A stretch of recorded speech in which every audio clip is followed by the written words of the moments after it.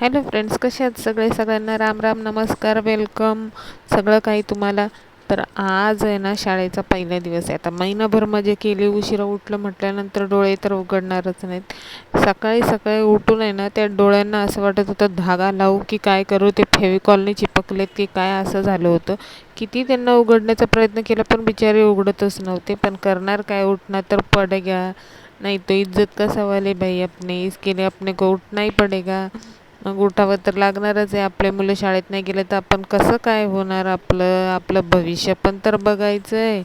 मग उठले त्याच्यानंतर चला बस झाली मस्ती. त्यानंतर मग विचार के फ्रेश झाले, मस्त डोळ्यावरची झोप घालवली आणि मग सुरुवात केली डबा बनवायची. तर डबा बनवण्यासाठी सगळ्यात अगोदर मी पनीरची भाजी बनवणार होते.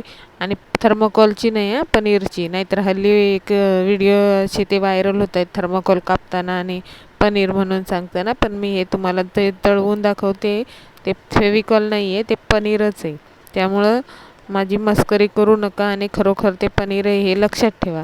तर पनीरची भाजी बनवायची म्हटल्यानंतर पनीर पहिलं सगळ्यात अगोदर फ्राय करायला ठेवलं.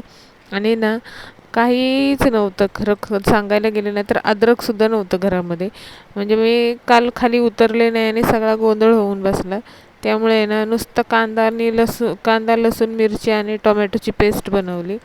ते फ्राय करून मी बनवली त्याची पेस्ट. पण ना काजू होते ना अद्रक होती. पण करणार काय, रात्री एवढ्या उशिराने आमच्या लेकीने सांगितलं की मला उद्या पनीरची भाजी पाहिजे. मग तिच्या पप्पांनी जाऊन तेवढ्या उशिरा 11 11:30 वाजता ते पनीर आणलं. त्यानंतर मग काय, आता मसाले फिसाले काय भेटले नाही, काजू काय भेटले नाही. मग आता हाय त्याच्यामध्येच बनवायची आणि खायची कधीतरी. तर असं बनवलेलं पण चवदार लागतं, काहीतरी वेगळंच खाल्ल्याचा अनुभव भेटतो. म्हणून मग मस्त असं भाजीला कांदा टोमॅटो जे होतं त्याच्यामध्ये, जे होतं ना कांदा टोमॅटो मिरची लसूण, ते ना मी पहिलं फ्राय करून घेतलं मिक्सरला. मस्त असं वाटून घेतलं, बारीक करून घेतली त्याची पेस्ट. आणि मग आहे ना मस्त असं म्हणजे असं हे करायला घेतलं, मसाला परतायला घेतला. तर मसाला जेवढा चांगला तेल सुटपर्यंत परतून निघेल ना, खरोखर सांगते भाजीला तेवढी चांगली चव येते. पण सकाळी सकाळी ना ते वेळ असतं ना, वेळ ते काय माहिती कसं पण ते पुरतच नाही. किती त्याला वाचवण्याची घाईघाईने करण्याची प्रयत्न करा, पण ते वेळ काही पुरत नाही. तर मग आहे ना सकाळ सकाळ अशा भाज्या बनवायचे म्हणले ना तर मग थोडीशी चिडचिड होऊन जाते. म्हणून मी काय करत असते, जेव्हा पनीरची भाजी बनवायची असेल ना तर मी जो आपला सुहानाचा रेडीमेड मसाला असतो का नाही, तो आणत असते. आणि मग सकाळी सकाळी तुम्ही मला संध्याकाळी सांगा, संध्याकाळी मी आरामाने बनवून देते. मग काय मसाला काय सगळंच करून, मसाला वाटून बिटून भाजून भिजून सगळं करून मी भाजी बनवून देते. पण सकाळी सकाळी ना राव, हे सगळं होत नाही. एवढं घाई गडबड होऊन जाते तर हातापायाची आहे ना अगदी अशी थरथराट सुटून जाते, अशी घाई होऊन जाते. समजतच नाही काय करावं, पहिलं हे करावं का ते करावं. बघा आता हेच झालं ना, पनीरची भाजी बनवपर्यंत एवढा टाईम झाला की चपातीची वेळ आली. तर आता हे बायकांचा नाद करायचा नाही. हे एवढ्याशा पिठाच्या गोळ्यातून एवढ्या मोठ्या मोठ्या चपात्या बनवतात. तर विचार करा त्या काय पण करू शकतात. म्हणून बायकांचा नाद जास्त करायचा नाही. तोपर्यंत पाणी पण गरम झालेलं होतं माझ्या चिमणीचं. चिमणीला काय माझे एक आवाज दिला की उठते. तर चलो अब हम निकले स्कूल.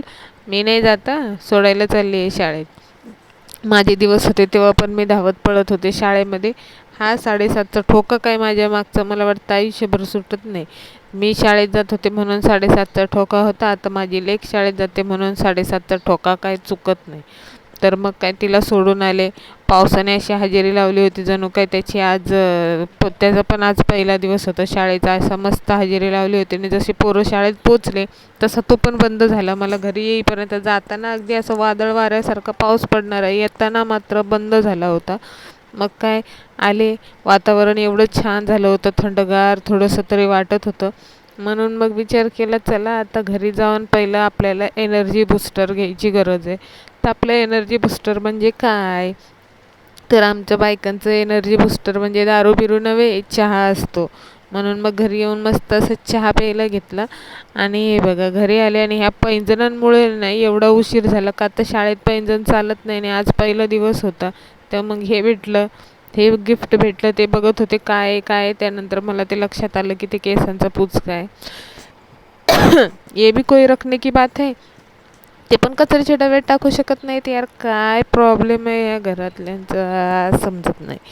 जाऊ दे, भेटला तर भेटला, मग ठेवून दिलं. मी विचार केला कुणीतरी खरोखर त्याला काहीतरी गरज असेल म्हणून ठेवला असेल जपून, म्हणून मी पण मग साईडला ठेवून दिला. आणि ह्या पैंजणांमुळे आहे ना, खरोखर सांगते, गेट बंद व्हायची वेळ झाली होती. पण पहिला दिवस त्यांनी शाळेत घेणार नाही म्हणून ते पैंजण काढणं जरुरी होतं. म्हणून आहे ना, सकाळी सकाळी ना निघताना लक्षात आलं आणि एवढा लोचा होऊन बसला तर काय विचारायलाच नको. पण मग काय कसे बसे करून काढले पैंजण. आता आपलं एनर्जी बूस्टर बनलेलं आहे. आता आपल्यामध्ये भारी अशी एनर्जी येणार. मस्त असं चहा प्यायचा, उसके बाद बघा, मग तुम्हाला बोललं ना एनर्जी बूस्टर येते. आपलं एनर्जी बूस्टर पिल्यानंतर आपल्यात लय भारी ताकद येते. म्हणून सकाळी सकाळी चहा पीत जावा. माझं ऐका, चहा पिलात ना तर थोडीशी एनर्जी तुमच्यात पण येत जाईल. मग काय बघा, मी किती स्पीडने चपात्या बनवायला लागले काय विचारायची सोय नाही. कारण पुढचा डबा होता ननंदबाईंचा, त्यांना डबा द्यायचा होता. आणि सकाळी चपात्या मी थोड्याशाच बनवल्या होत्या, म्हणजे 2च बनवल्या होत्या. बाकीचं पीठ मळलेलं मी ठेवून गेलेले होते. मग बाकीच्या चपात्या बनवायला घेतल्या, कारण डबा द्यायचा आहे तर लेट करून कसं चालेल. मग जशा चपात्या बनत बनत आल्या तशा आमच्या सासूबाईंनी अंदाज घेतला की चपात्या बनवून झालेल्या आहेत. आणि मग त्या आल्या होत्या डबा भरण्यासाठी त्यांचा. मग माझ्या लेकीचा डबा मी भरून झाला, आता यांच्या लेकीचा डबा ह्या भरत आहेत. तर मस्त अशा चपात्या भाजी बनवून झालेली आहे आणि आता ती त्या भरण्याचं काम करत आहेत. तर हे महत्त्वाचं काम पूर्ण होत आहे तोपर्यंत माझ्या चपात्या पण बनवून होत येतील. तर थोड्याशाच राहिल्या होत्या म्हणून म्हटलं चला पटापट पटापट बनवून घ्यावं आणि पुढचे कामं पण आवरायचे आहेत अजून. काय हे कामं होईपर्यंत तर शाळा सुटायचा वेळ होतं. पहिलं ना मी शाळेत जायचे तेव्हा मी विचार करायचे मी शाळेत जाते आणि परत येते तरी माझ्या मम्मीचं घरातलं काम होत नाही. आत्ता कळतं आहे मला की कसं काय तिचं काम होत नव्हतं. कारण घरातली कामं हे असे असतात ना की ते कधीच संपू शकत नाहीत, कधीच. म्हणजे तुम्ही कितीही काही करा, बसला असेल ना तरी त्या बाईच्या डोक्यात हेच असतं, मी बसले पण माझं हे काम राहिलं आहे, ते जर ना लेट झालं तर मला पुढे किती लेट होईल, हे तिच्या डोक्यामध्ये विचार असतात. असं कधीच होत नाही की ती बसली आणि रिकाम्या डोक्याने बसली आहे. नाही, तिच्या डोक्यात हेच असतं, सकाळचं जेवण झालं, दुपारी काय खायचं, दुपारचं जेवण झालं, संध्याकाळी काय खायचं, हे भांडे पडलेत हे कधी घासू, हे झाडू मारायचं आहे हे कधी करू, हे पसारा झाला आहे हे कधी आवरू.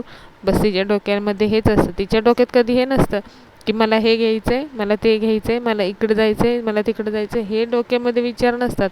आणि ते असतात तर असतात, सुट्टीमध्ये असतात. शाळा चालू झाल्यानंतर आहे ना ते सगळं डोक्यातलं सगळं निघून गेलेलं असतं. आणि ती तिच्या जिम्मेदारीवर आहे ना, जी तिच्यावर जबाबदारी असते ना ती पार पाडण्यामध्ये ती एकदम आपली स्वतःला हे करून देते, झोकून देते. आणि आता तसंच सगळ्यांचं झालेलं आहे. तर मग माझ्या आईने शिकवलेलं आहे, कोणाच्या पण पाठीवर मारा पण पोटावर मारू नका. म्हणून मग मी आहे ना बेसन बनवून घेतलं. आता हे कशासाठी, तर आमच्या सासूबाई पनीर खात नाहीत. मग म्हटलं चला कोणाच्या पोटावर मारायला नको, आपण आपलं काहीतरी वेगळं बनवून दिलेलंच बरं आहे. म्हणून मग बेसन बनवलं. आता सध्या दुसरं ऑप्शन नव्हतं. पण काय होतं ना, जेव्हा आमची वेळ येते तेव्हा हे कोणी संस्कार शिकवलेलेच नसतात. आमच्यासाठी कोणाचंच हे नसतं असं. आमच्या पोटावर मारा, पाठीवर मारा, आम्हाला सगळं सहन करावं लागतं. ही तर गोष्ट चुकीची आहे ना बाबा. जर आपल्याला कोणी जीव लावते तर आपण पण त्याला जीव लावला पाहिजे, आपण पण त्याचं तसंच समजलं पाहिजे. तर घर सुखाने नांदतं. बरोबर का मंडळी, मला कमेंट करून सांगा. त्याच्यानंतर मग पुढे आलं, स्वयंपाक संपल्यानंतर तर हा बेड मला आवाज देत होता, बाई माझ्याकडे कधी बघती, मी पण तर तुझी वाट बघत बसलेलो आहे, लवकर ये. किती वेळचा राडारापाटा करून ठेवला आहे माझ्यावर, झोपून उठलीस आणि गेलीस तशीच. आता कधी मला साफसफाई करते. तर त्याला म्हटलं थांब बाबा, आता तुझाच नंबर आहे, तुझ्याकडंच आले, आता तुला साफसफाई करते. तर लाईक शेअर सबस्क्राईब करायला विसरू नका. Bye bye.